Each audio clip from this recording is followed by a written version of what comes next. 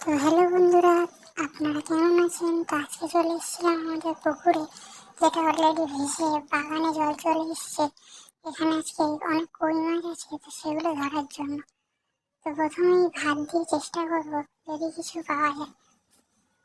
দেখছেন, ভাতটা বসিতে ভালো করে গেঁথে নিয়েছি। এখানে মাছগুলো অনেক আছে, বারবার ঝোল দিচ্ছে। তো এই যে 2-3টে বন্ধু চলে এসছে, তো এই দেখুন কিরকম ঝোল মারছে। তো ফেটিয়ে দিলাম, দেখা যাক কয়টা পাওয়া যায়। তো এখান দিয়ে পুরো এখানে জলে পুরো মগ্ন, সব মাছ অলরেডি উঠে এসছে।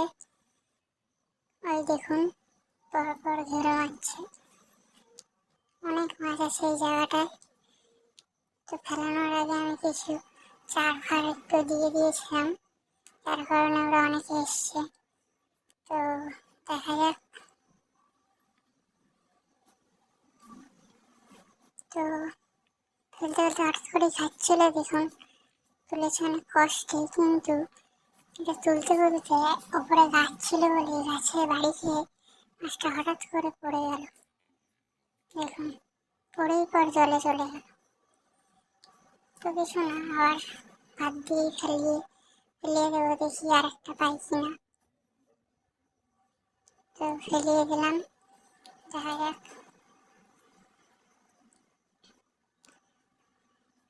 ওই আবার একটা উঠে গেছে। তো এটাকে আর পড়তে দেবো না, ডাইরেক্ট রাস্তায় নিয়ে আসলাম।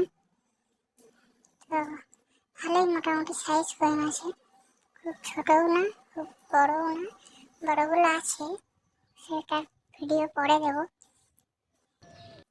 তো এখন সামনে একটা জাল পাতিয়ে রেখেছিলাম, দেখা যাক জালে কটা মাছ বাঁধে। হঠাৎ করে জাল নড়ছিল বলেই গেলাম, দেখলাম যে একটা কই মাছ বেঁধেছে। তো কই মাছটাকে ছাড়িয়ে আনি দেখি। আর কই মাছ জাল থেকে ছাড়ানো যে কত কষ্ট, যারা জানে সে। তো মাছটাকে এনে রাস্তায় ফেলিয়ে দিলাম। তো দেখুন ভালোই বড় সাইজ, একদম পাকা কই। এবার সবশেষে অনেকগুলোই মাছ পেয়েছি, আপনারা দেখতে পাচ্ছেন। সবগুলোই মোটামুটি সাইজ, ছোটো বড়ো মিলিয়ে অনেকগুলোই ধরেছি আজকে। দেখুন ভালোই বড় বড় আছে। তো থ্যাংক ইউ, সাবস্ক্রাইব প্লিজ।